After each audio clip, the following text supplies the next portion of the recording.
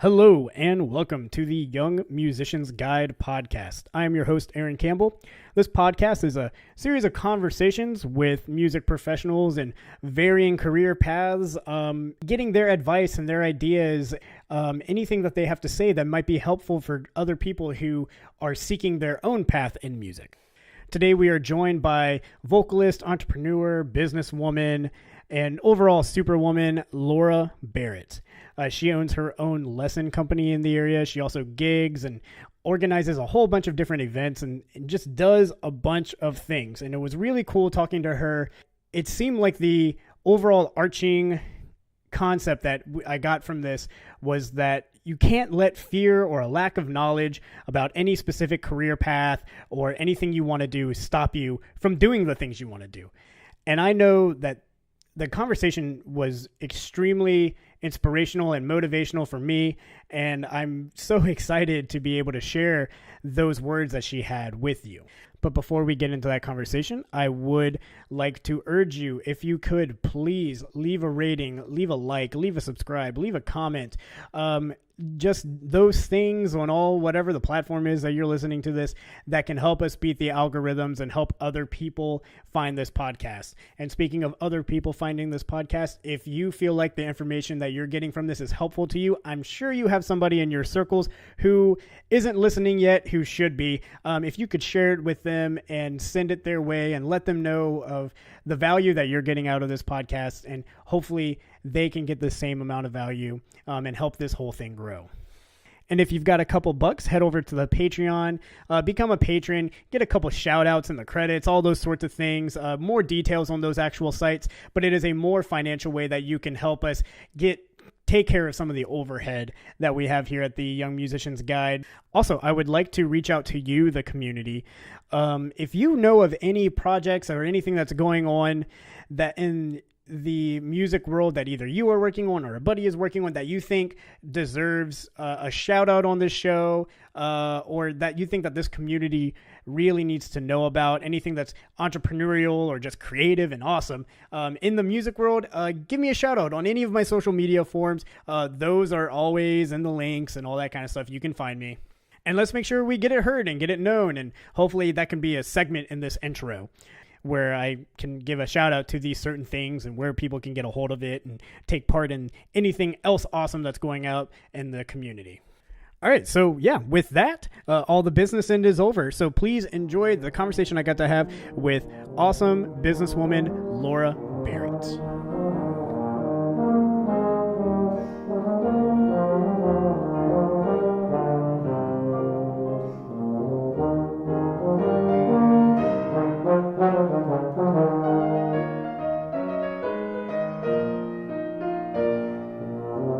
So you're doing stuff for the bowl game that's coming to town. We are. And so is that a side or another company? How many companies do you have now? Oh, that's a complicated question. Well, the studio is my company that's mine. And then I collaborate with the Downtown Crawlers. I'm not like an owner, really. I guess I could be a collaborator, we'll say. But I do a bunch of stuff. They put on a lot of crawls in the downtown area. They want to like really highlight the bars downtown because nobody's really doing anything to promote downtown. So we consider ourselves the downtown promoters. And so with the national championship coming to town, a lot of people are staying downtown, even though the game is obviously at the stadium. And same thing, we want to highlight the bars downtown for people coming in from out of town, but also like Tampa people who are obviously going to be here for the game get really good deals on lots of places that you already know and some that you probably don't. Make it less annoying for all the people. Yeah, less for annoying. The game. Yeah. It's funny. I was driving up to North Tampa, like toward like Lutz in that area, so I take the expressway. The University of Alabama is already advertising in this area. Oh yeah, it's like, unbelievable. It was like they won that game Saturday and they were going. Well, we've been really sensitive to all of that since we're putting on something in conjunction with the championship. Did you do anything for yesterday? Anything no, this past not weekend yesterday. For that? It takes so much like back end work. We have to like really plan ahead. Yeah, so we like made our steak. And that was the bigger one anyway. Yeah. Like I saw the stadium yesterday and it was full. It was like, but it wasn't packed. Right. Like it can be. Yeah. So that was probably the better choice. So, Where do I want to start with all this?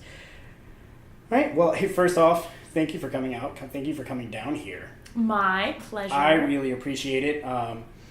So you have a bunch of lesson students down here already. Yeah. Are you going to one after this, or? I am, yes. You said this time, and I was like, I bet you she's got somewhere to be right after. Yep. Line it up just right. Yeah. Hey, I'm saying I have one at 4 coming here, so it worked out very well for both of us. Yeah. So let's go way back. So you are a vocalist. Yes. Have you been? I mean, did you come out of the womb singing, or have you always been involved in it? How did you get started in vocal stuff?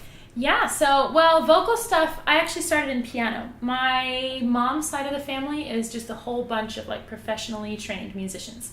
And my mom is actually a concert pianist, graduated with her master's from Oberlin, and she has a studio in Brandon. And so I grew up with her, always teaching.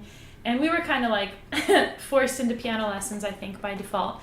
And I liked piano, but I realized when I got a little older in high school that voice is a lot easier for me. It's a little more abstract and a little bit more creative, and from my perspective. And so I took to that much better, and I was already planning on going to school for music, so I kind of hopped over to voice. And so how long were you doing piano for? Since I was 4. Until college is when I kind of stopped really seriously practicing. So were you in choir in high school? Or? Yeah, so I did. I took a couple private lessons in middle school for voice just to kind of test it out, and I was in little choir things. But then I did show choir at my high school, and that's where I really was oh, I think I could do good at this if I really tried. And then my the beginning of my senior year of high school, my mom got me set up with lessons with Jerry Reynolds, who was a professor at USF at the time. And so I would drive to USF every week for my lessons. And at the time I was this is so stupid. This is such a long drive. Why am I doing this? And then when I was in college, I realized, oh my God, I've been taking college lessons a year longer than everybody else who's a freshman. So that was good. And I kept studying with him all throughout college. And he kind of sculpted me into an opera singer that I am. And was that by your choice to do opera, or at the time it wasn't nice convincing? It wasn't even. There was no conversation. We just sang opera songs, and I sang them.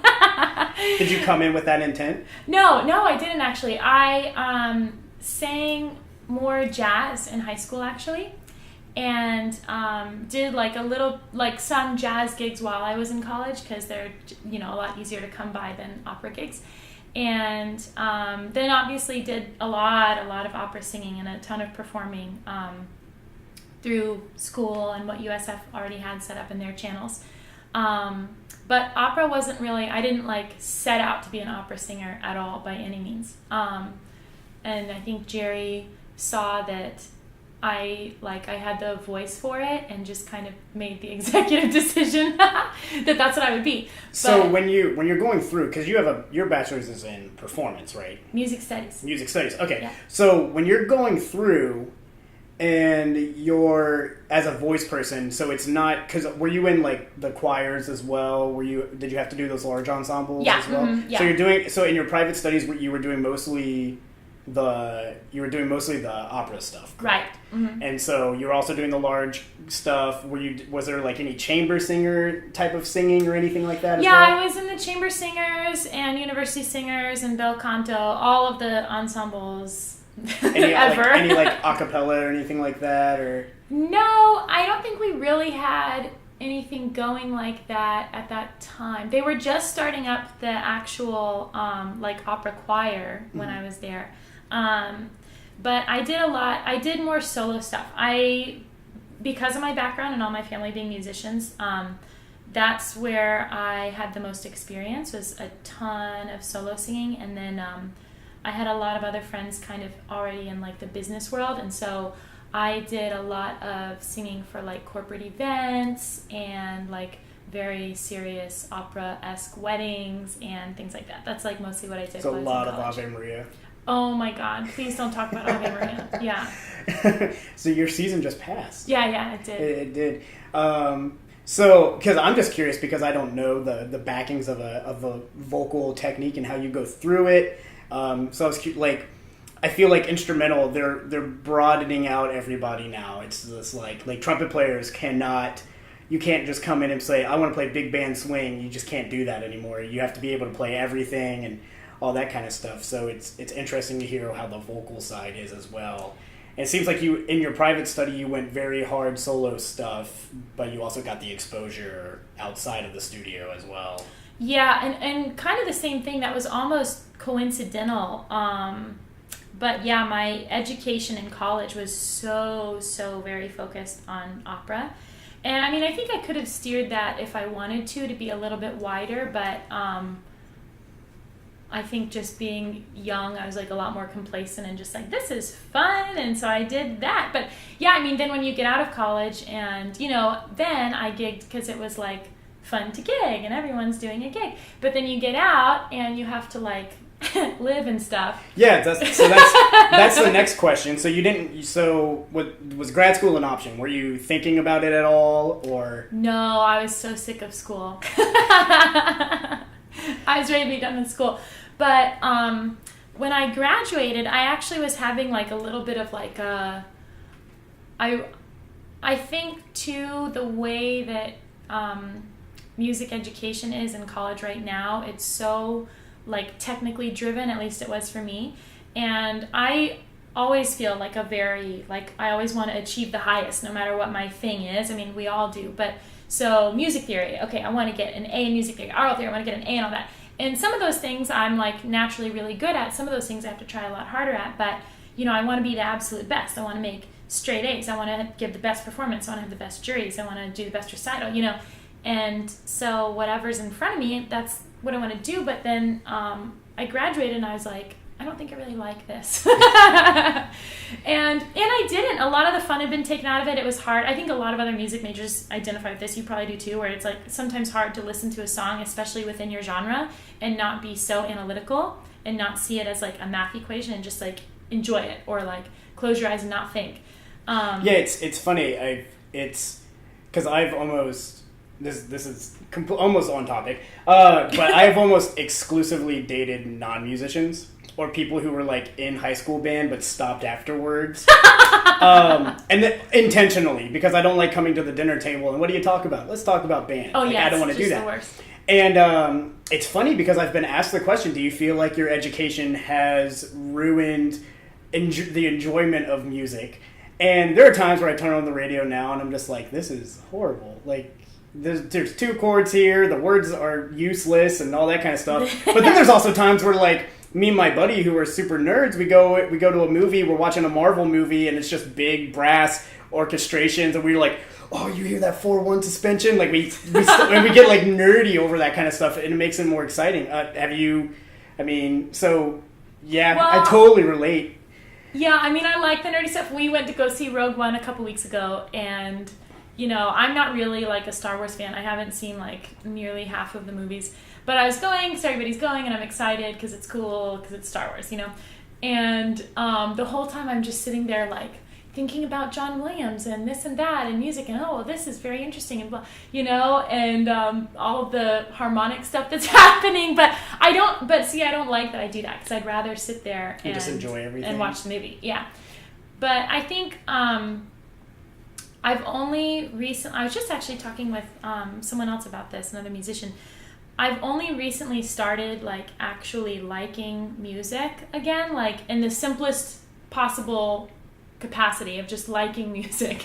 And because I am seeing the studio so much more now as like a business that I run, and even like music, I've been doing a lot more jazz gigs lately too, which is good because since I don't have like a formal training, I don't have like all of these notes and like little lessons to reflect on and think about, and there's not too much to analyze, and I've only really started like re-liking music now. So what I was saying was, when I graduated, I actually took this like corporate office job, and I was so excited about it because I never worked like a corporate office job, and I was just like elated to be a professional something, and I hated it because it like sucks the life out of me to go somewhere from like 9 to 6. I was like the death of my soul pretty much.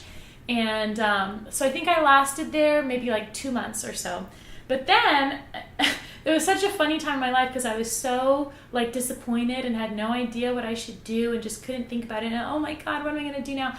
And it was like this epiphany of like, well, oh my God, I could do music.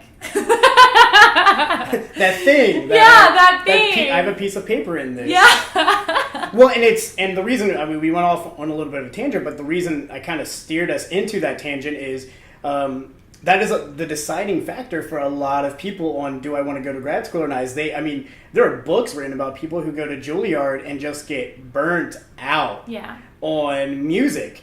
And it seems like you were in there a little bit, especially the academic side of music. Oh, yes. And I'm honest with you as well. Like, and we're about the same age. I didn't feel like an artist. Like, I didn't feel like a student of the art form as much as an actual artist myself until about a year outside of graduate school. Because it was the first time I was like, oh yeah, I get to like make my own decisions and do my own things and whatever. So it's really interesting, and you just kind of went away from it a little bit. It wasn't even in your mind to even work in music at the time. You were just done. Yeah, I was so done. It didn't even occur to me. I remember like because basically this company contacted me. I don't even know how they found me, and asked me to come and like teach with them. And I was like, oh my God, music. It was like I forgot, and it had literally been like 6 months since I had just graduated, but I just hadn't thought about it. And even when I like started teaching with that company and I was thinking about starting my own studio, I still wasn't sure that I could really like do that. It was almost like, it was like this, music was just so heavy at that time for me because it was so academic. Academic is a good word. So were you afraid of it? Were you afraid of your ability, or were you just afraid of it being ruined for you because of the analytics behind it? It was ruined. And I think at the time I couldn't have really like said that it was like really ruined and I was really burnt out. No, you just spent a bunch of money on a degree for it. It's like whitewater rafting. It's like people go and they spend hundreds of dollars to do it and they come back bruised and they're like, no, we had a great time. Yeah, right. You have to convince everybody. Yeah. Yeah, I think I definitely felt like that, you know, I was done. And I even felt, I remember those first couple years of teaching, I remember kind of almost feeling like a fraud of like, I'm teaching these kids to love music and it's just going to ruin their life if they keep doing it. But it was, that was like a really important, I think for like the musician part of me, that was really important to like have to still function like as a professional musician and a teacher, even though I wasn't like really feeling like the love, like that expressive side, that abstract artist side of music was like nowhere to be found in there in the beginning for a while. But that was good because, you know, we all need that, I think, with like the things that we do where you have to like push through those times where or you take don't a really break feel from inspired. It. Yeah. If you take a break from things, a lot of times you come back and find that you missed that part of your life or things like that. Mm-hmm. So you're done with school. You work for a company for a little bit, but that was a no-go. And on the non-music side of things, and then you started teaching lessons for an outside company. Yeah. Right? Did they have a studio for you, or were they just contractors? They were contractors, and we would teach like in students' homes. And if you don't mind sharing the like nitty-gritty of it, so how much did the people pay per lesson, and how much did you actually get per lesson? Oh man, I don't even know if I remember. I think I made maybe about like half of what I think they paid. $25 per half hour, and I think I made $12.50. But you had to go. Did they reimburse you for gas at all? And the time it takes to drive from house to house, and you know it's much different when it's like your company, and so all that time means something. That's even different from like a place like Guitar Center where you're only getting paid maybe $10 an hour, but clock they're all in back to back. Yeah, you clock in and you teach, and if there aren't kids there, you still get paid for the time that you're there. That kind of thing. So this seemed like, you were kind of getting abused. Yeah. Oh, and it felt like financially. That. Well, and a lot of the people, the thing that I felt very strongly about with this company was like their quality control for the teachers, because a lot of people didn't have music degrees, which is fine. I don't think you necessarily need a degree, but they would, we would have these like conferences. You had to do like continuing education, which is just a waste of my time. And so wait, the company would require you to do those things? Yeah. Would they pay to send you? No. Yeah. And people would say the most ridiculous things. So I was a piano teacher for that company, and there's this whole piano teacher thing on like basic things to include in lessons. And I'm like, oh my God, I can't believe I have to sit through this.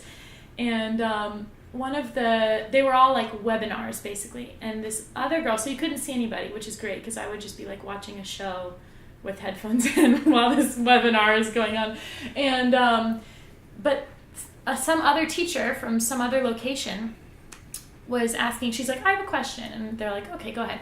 And she's like, how important is it that we teach rhythm? And I was like, whoa, what? What's that? Oh, this might be the first time and we're recording it, so I'm happy that we have a vocalist. We have a vocalist stressing the importance of rhythm education. Oh, absolutely. I could go on about that forever. It is on record. I would just That's what it's going to say. When I put in the description for the podcast, it's going to say Laura Barrett, rhythm enthusiast. Yeah, perfect. There are not, the hate that vocalists get on not stressing rhythms or musicality is just very, very sad. There's lots of us vocalists who understand, appreciate, and value and stress the importance of rhythm, along with, intonation and all the vocalist things.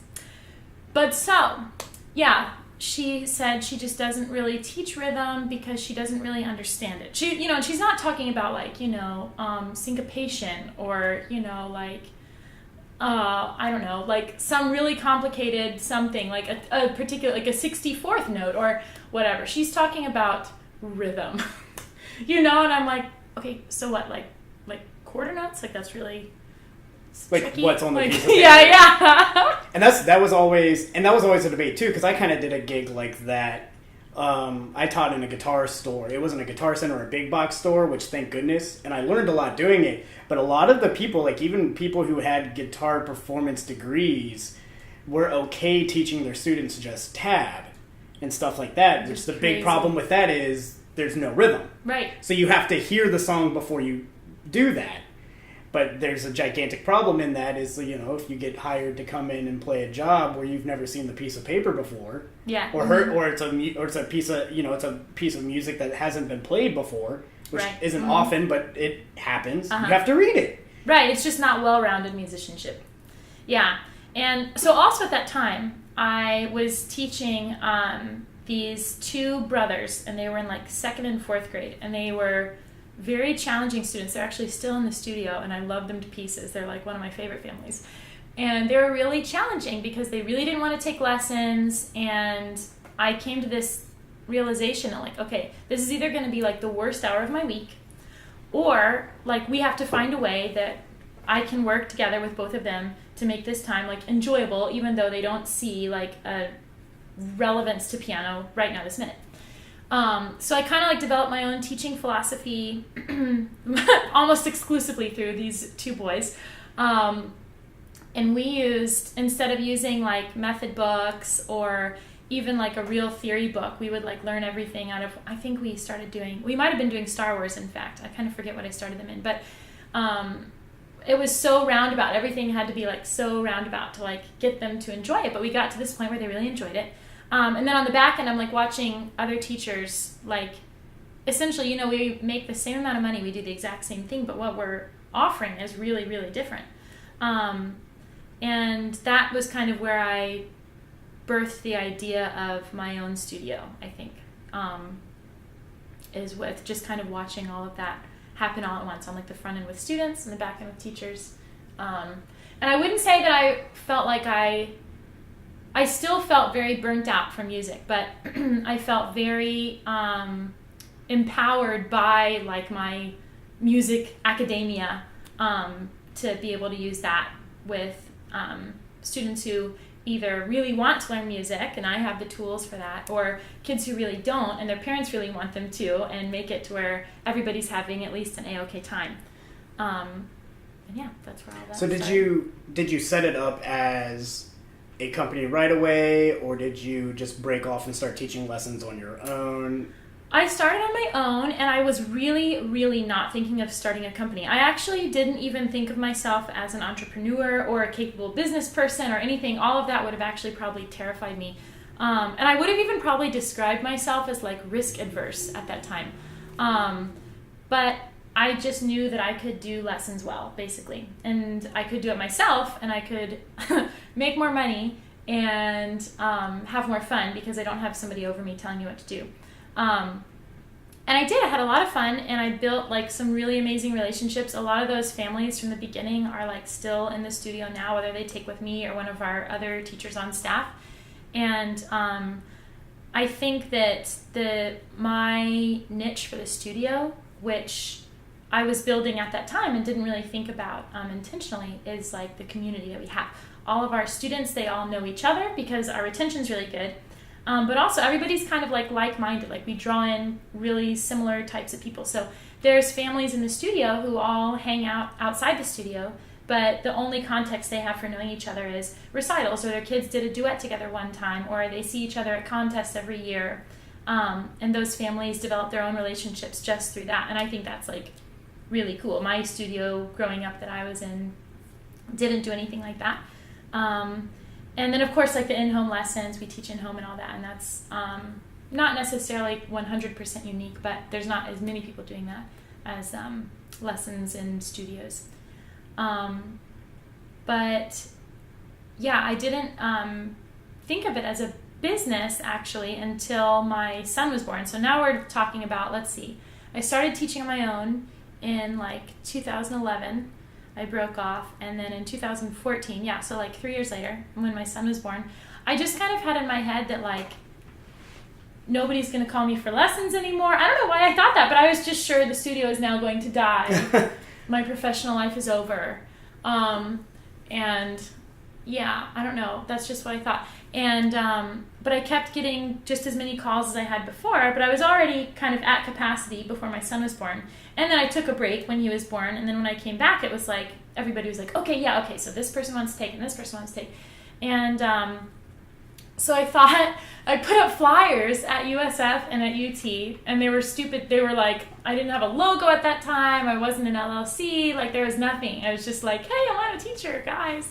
And I interviewed 2 people, and even in those interviews, I was like, well, this has been a really cool power trip where I feel amazing, but I'm not going to like hire somebody because I don't know what that means, and that's probably going to make my taxes harder. And I was just like thinking of all of the things that would be really hard about that.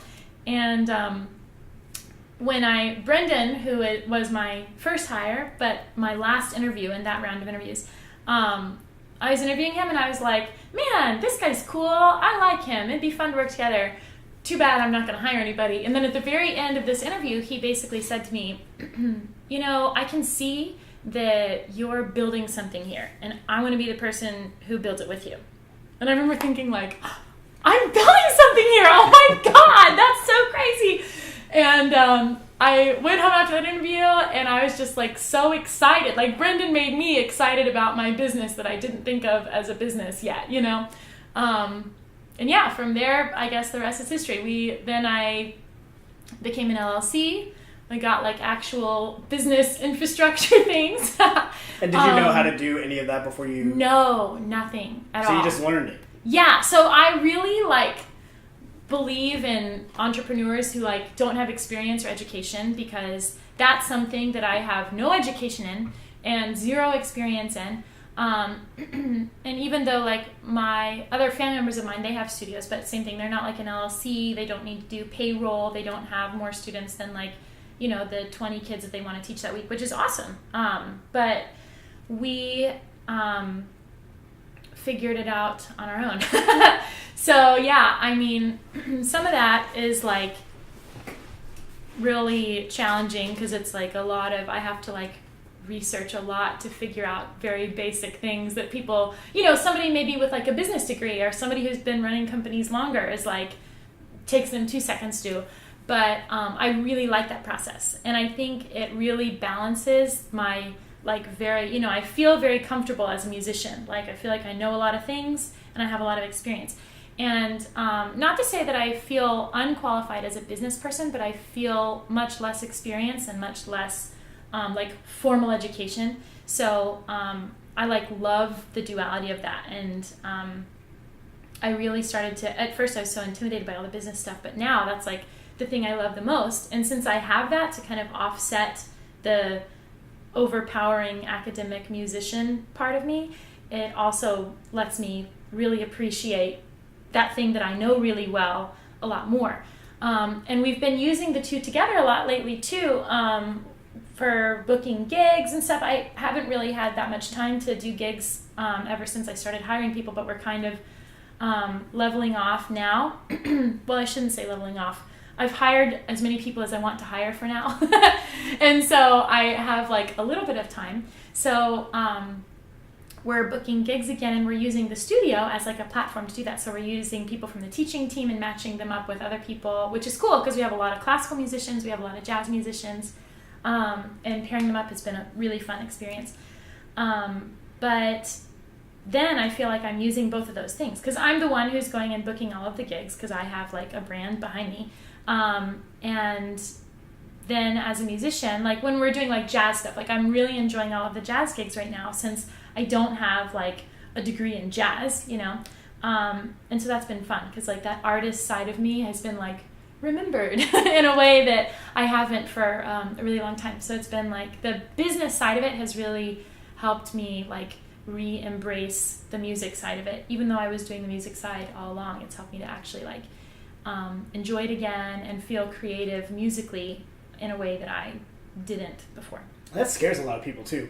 They feel as though if they are marketing themselves or turning themselves into a business, even if they don't have a company, but if they are just their own brand, a lot of people get so scared that they're losing the artistry in themselves as a musician if they start to market themselves really hard or anything like that. And you're saying that it's actually brought back. Oh, I'd say it's 100% the opposite of that. Yeah, I mean, it takes so much creativity from me to figure out, even just marketing strategies, like how do we, our network is great. And within our network, we have like an amazing referral rate. We have like really great schools that we work with. But, the bigger question, at least for my studio specifically, is like, okay, we do really well once we're in somewhere, but we need to be in more places, and answering that question requires a lot of creativity. And maybe it's because that's not something where I have some textbook to look back on and point me in the right direction. But I would say that the business end requires a lot more creativity, at least for me. And I think, it's like been very empowering as not just a business owner, but as a musician to say like, I can do this like one thing, just run this one studio. A lot of musician friends of both of ours, have to do like 47 things in order to survive as a musician. And I had to do that at one time too. And I mean, I gig also, so that probably counts as another thing. But I'm really lucky that I have this one business that is like sustainable, And I think that having to be creative as a business person and learn new things and try new stuff and take risks and do stuff I'm not good at, that's like really, really great for the musician side of me too. It makes me feel more confident, and it also is just like, it just like frees up more creative space for me as a musician. Like practicing is more fun because I have more cool stuff to perform at, or just more studio stuff going on. And I would say it's like the opposite of that fear for sure. So when thinking about, because you did not, obviously we've talked about the whole entire track, and it was not planned. It was not a straight track to becoming owner, founder, opposite. And CEO or whatever of the Barrett School of Music. So if you knowing where you are now and thinking about it this way, if you met somebody or even talked to like 19-year-old you, and you're starting your formal education in music, like, and by that I mean college. What do you say to that person? And they're just, and you see the potential in them to possibly be able to do the things that you're doing, or anything like that. What do you say to somebody who goes, yeah, I want to have a private studio? What are some of the attributes that are helpful? What are some things that you wish you knew or you could have learned in school, but you just didn't think about it? I think about this a lot, actually. And sometimes some of my friends who are, just not graduating music school, kind of like you said, and they're like not sure what they want to do. I feel like I have this conversation a lot. I think that it would be, they're going to sound kind of a little bit cliche, but I think that, like, it's not scary to say you're an entrepreneur. And I really thought that like carries so much weight to say that about yourself. Like, I'm an entrepreneur, that means I have to like know something or be something already.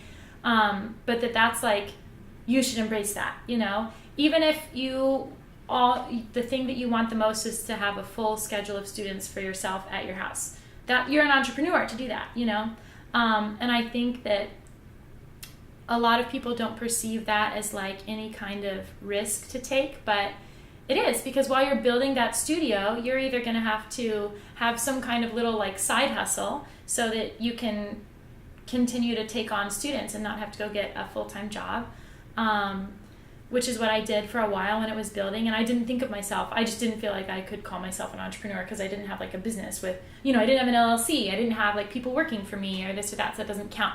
But it did, and I really didn't think of myself that way, and I was a lot less organized because of that. I didn't take very many risks. That sounded scary at the time, but now I understand that that's like very important to the studio. The biggest first risk was hiring somebody. Like I said, I just didn't know what that would mean for me, and that's like the best business thing I ever did. All of the risks that I've taken, as I look back over the last like 2.5 years that the studio has been like had more than just me working for it. All of the risks that I've taken have been like milestones for the studio. So I think taking risk is important, and a lot of the things that you don't learn in music school, music is so focused on music. And I did actually take some business classes, so I had like a little bit of background, but I didn't pay attention to them because I thought they were stupid. But I don't think that it necessarily requires like a particular type of education. I think it's a lot about just being a little bit more adventurous than what you learn in school about just your subject matter. Yeah, because you said you didn't know a lot of the things that you had to learn until they came up, and then right. And that's a big thing. Is the people that I've seen be the most successful as entrepreneurs and freelancers, especially in the music world, are the people who just say yes and then figure it out afterwards. Like, I'm a drill writer now. The first person who approached me and said, hey, could you write drill for me? I said yes. And then that night I YouTubed everything I possibly could about how to work Pieware. I read everything I could possibly find, and I started dabbling in it, and I knew somebody who was really good in it, so I called them and I was like, hey, what can you tell me? What are some tips? Things like that. And that's a scary part, is to go like, oh, I just had this education and now I'm going to have to re-educate yourself. Right. And a lot of people try to blame the education as well. They go, well, in music school I only learned about music and I didn't learn any of these business traits. Well, that's not, you can't do anything about that. Right, that's cool. And you also went to music school to learn about music. And yes, it'd be nice if we got some more entrepreneurial classes, and a lot of schools are coming around to that. But you also went there to get really good at whatever, being a music teacher or, playing the saxophone or whatever it is. So when it's up to you to get out there and figure it out like you did. Well, and that's too why I don't really care about like, in one sense, I like all of like the teachers in the studio to have degrees, so that's a little bit hypocritical of what I was about to say, but so I don't have like a business degree, and I generally feel very disorganized as a business person, but like obviously it's going good, but I remember like learning QuickBooks. Like I spent an entire month figuring out how to work QuickBooks, and I still don't really know how to work it that great, but you know it for what the you thing need. Runs, yeah, and I know it how I need to know it. And some of my other friends who have started businesses and since I learned QuickBooks have come to me to ask about QuickBooks, which I always just die laughing in my head when that happens, because I just don't. Same thing. I don't feel like well, I just know because I sat down and like had a couple tantrums over it and figured it out, but like that's really cool now, years later where, oh yeah, well, I can show you how to put this in, and I can show you this and that, and like teach you a couple things, and you don't even really think of it as like some great skill that I have, but like, yeah, you just sit down and you do it. And I don't, like, even with like other music stuff that we're not like trained in, like writing drills, you didn't have some class on writing drills. You're a musician though.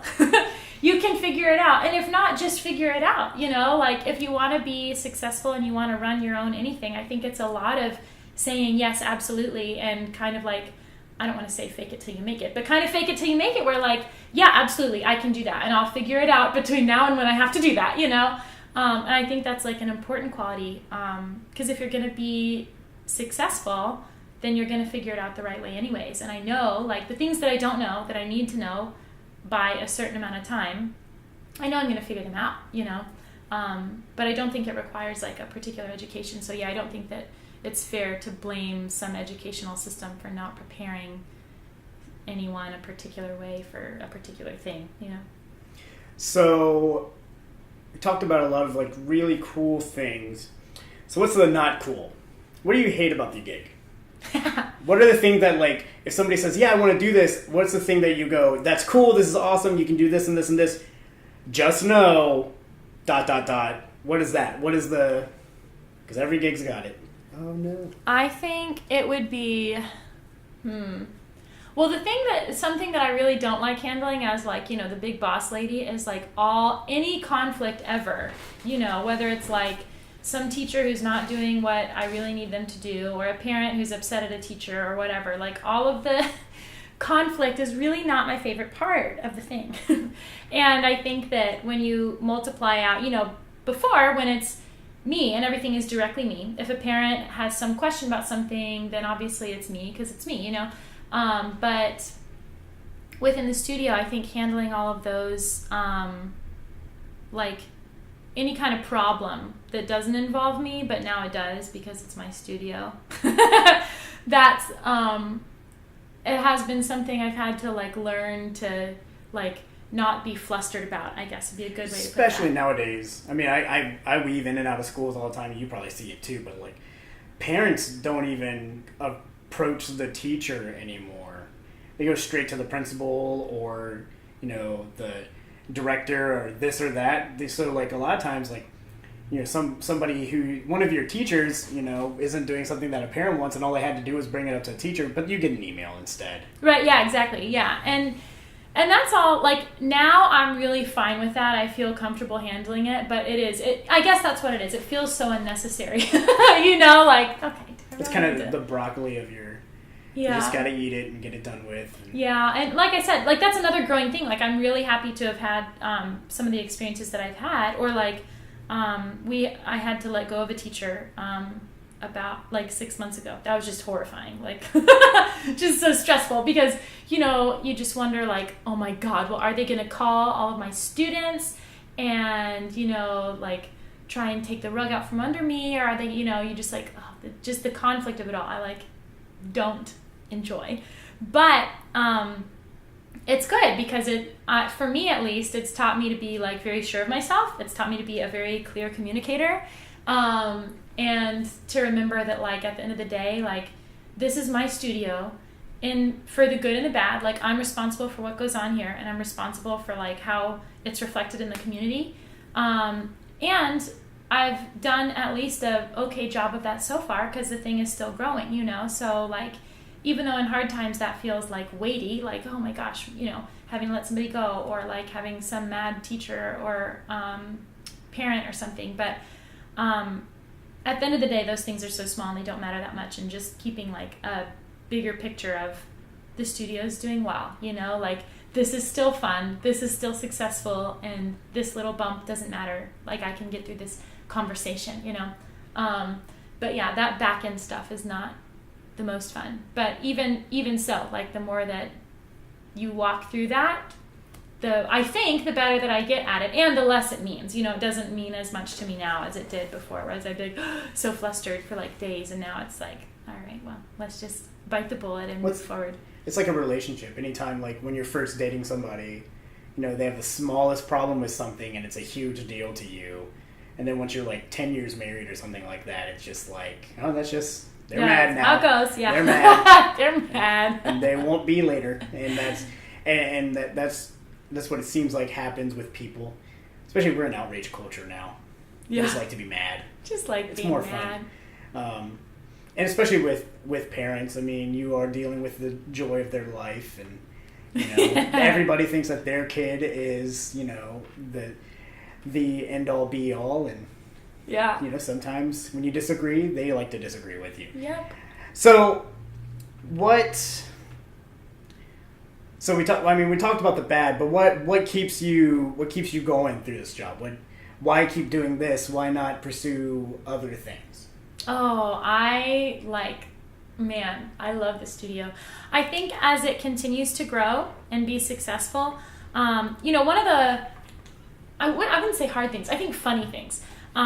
You know, we're at this point now, you know, I mentioned Brendan earlier, but he has this kind of interesting role because he's a teacher, that's his like role, but he's also like such a good like support to me and helps me. Like I just texted him earlier today, like, how do you log into the website? I don't know how to log in. I forget how to log in, I guess. I haven't logged in enough, but Brendan knows, so Brendan will tell me. But so we like bounce ideas off each other all the time, and he also has this like very managerial role in the studio. And at the end of every month now, there's always like a name or two in our QuickBooks or that's come through the billing in our bank account that I like don't recognize, like don't know who they are, I don't know how they got in the studio, or like who their teacher is or what their kid's name is, and obviously like we get all that information, but that's like hysterical. Like I love to laugh about that at the end of the month, you know, or like when some check that's mailed to the house and it's like some name I don't know, like that's great.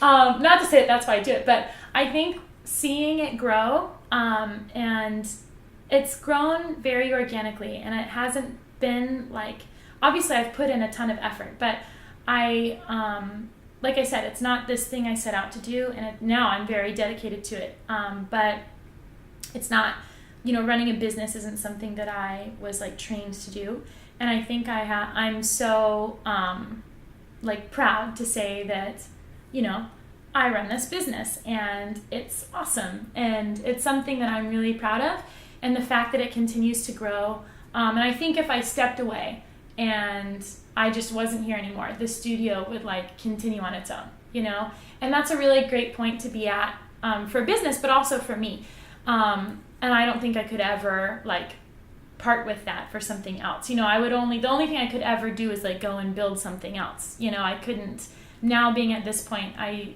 could never, not that I can't like work for somebody else, but I just can't work for somebody else, you know, like it's too much fun to have my own thing, and I don't want to like underscore the fact that it was really hard for a while, you know, because you're building this thing and you're like, oh my God, is it ever going to happen? But, you know, I love it. I love to turn around and be like, we built this thing, me initially, and now all of our teachers on the teaching team, built this thing, and it's really cool, and it's something that I'll like always do forever, is build things. I hope it's the studio. If it's not, it'll be something else. Like that's the thing that I like love doing. So what's next? More studio stuff. Well, we're planning to launch in Lakeland this year, so that'll be really fun. Have you hired teachers out there already? Yes, I have 2 teachers out in Lakeland. We have to get our brand out there. It's a very different market from Tampa, I'm learning, so it's going to be really fun. Hopefully, the tentative plan is to launch in St. Pete after that, but you know, we can't be too aggressive here, one city. And we're also adding on instruments in the Tampa area. So we have, most of our instruments are available in most of the places that we teach, but in the next couple weeks, everything will be available everywhere we teach. Because right now we have piano, voice, guitar, saxophone, clarinet, violin, viola, cello. I'm about to hire a bass teacher. And then all of those instruments are being filled out in South Tampa, our main space, Seminole Heights, New Tampa, North Tampa, West Chase, and then Brandon. So that's like, we have like a good reach in our main area. And then moving out to Lakeland will be good. And I think that's kind of the plan. Get all of our instruments everywhere that we already are. And then like add on cities as we go.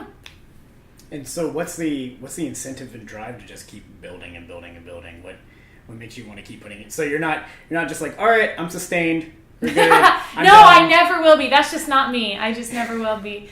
I feel like that's like the number one. If you had to say that's an attribute, is just staying hungry. Yeah. In that way. Yeah, definitely. That's a good way to put it. And I think that sometimes, that's like given. Like, especially right now, I feel very much like in that phase. Like I want it, and I have all these things to go and do. My to-do list is 75 things long. And sometimes I don't necessarily feel like that, but I still know that I want that. I want the studio to be a big thing. I want it to be a successful thing. I want it to be like high quality and all the things that I want. And I just kind of know that, even though I may not feel that, But I think it's important to like live like that always as like an entrepreneur, like keep moving forward, and everyone should always think that you're very energized and ready to go, which most of the time I am. And right now, like I said, I'm definitely in that like growth mode phase and having so much fun doing that. But I think that's like the most important, because there are highs and lows as an entrepreneur in whatever field, and you have to move the same way no matter whether you're in like a high phase or a low phase. So any more words of advice for our people who are just getting started in their music careers or trying to figure out what they want to do in their music careers? Do you have any advice for somebody who just kind of fell into their own awesome career? I mean, I would say that, like take a risk. Like think of what you want to do and don't think about what your education says you're qualified or not qualified to do, or what your experience says you're qualified or not qualified to do, and find something that sounds exciting and like do the thing you need to do to get to that thing. Don't think about like your background, I guess. Because I would have never built the studio other than that. So don't stop who you are or who you've been from becoming who you want to be. Yeah. Like find what makes you happy, whether that's what your degree is in or not, or what your instrument focus was in, your style, or whatever that is, like it's a great time of life to be able to decide, like, here's what I want to do. And whether or not that's very unintentional like me, or you have the time to think and figure out what you want to do, you should do that thing. There's not a reason you can't. If I can run QuickBooks, anyone can do anything. So how do we find you? How do we find the School of Music? Shout it out. Right, anything you want to plug? Well, we have our website, which is www.barrettschoolofmusic.com. And pretty much all our stuff is on there. We're all around. We're always doing performances. We have a Facebook page, which is also Barrett School of Music. And you can keep up with us there, all of our events. We have stuff going on at least once a month at this point, whether it's like a social thing, or our big recital or a big contest, all that stuff. Yeah. We do have a couple of people, like just musician friends who are always kind of like our fan club groupies who come and do stuff with us. And then we have all age people in the studio. We teach a lot of semi-professionals as well as kids, and yeah, come be a part of our community. How about you? Twitter, Facebook, anything like that? Well, I have my Facebook, Laura Barrett and all that. But I mean, all of that, and I mean, everything on our website is all me. So we're all there, all the teachers, I'm there. And yeah, Are you comfortable with people asking, like emailing you questions or anything like that? Yeah, I would love that. That would be great. You can email me at laura@barrettschoolofmusic.com. And yeah, our office line, we can take text too. It's 813-293-4594. And yeah, I mean, all of us feel very passionate about young entrepreneurs, young musicians, all that. Do you run the phones and all that kind of stuff? Yes. Like if they call those numbers, so it wouldn't be like one of your no, they'll get like me. your saxophone guy, like going, why are you asking me about how to build a music business? I just work for her. I just work here. No, yeah. That's awesome. Thank you so much for coming out today. I really appreciate it. so awesome to hear. You were one of the first people that we accidentally met. Yeah. On LinkedIn. She just had mutual people. I saw we went to the same school, so I had her on LinkedIn, and then I just reached out and said, hey, I'm around, and she did what most musicians never do, and that's followed up. And isn't it the truth? She spoke back, and she said, same to you. We met up, we had lunch, and we've had a pretty good friendship, and, I send her business, she sends me business, and it's a good little friendship of entrepreneurs we've got going on here. So, hey, thank you so much. You were one of the first people that I thought of when I decided to do this whole podcast thing, because this is exactly the kind of thing that I think more people need to be interested in. Not necessarily creating their own business, but like you did, not letting fear or not knowing something stop them from doing something awesome. Yeah, absolutely. Thank you so much. You want to sign us out? I didn't prepare her for this. Oh no, I don't know what to say. Yay, go podcast!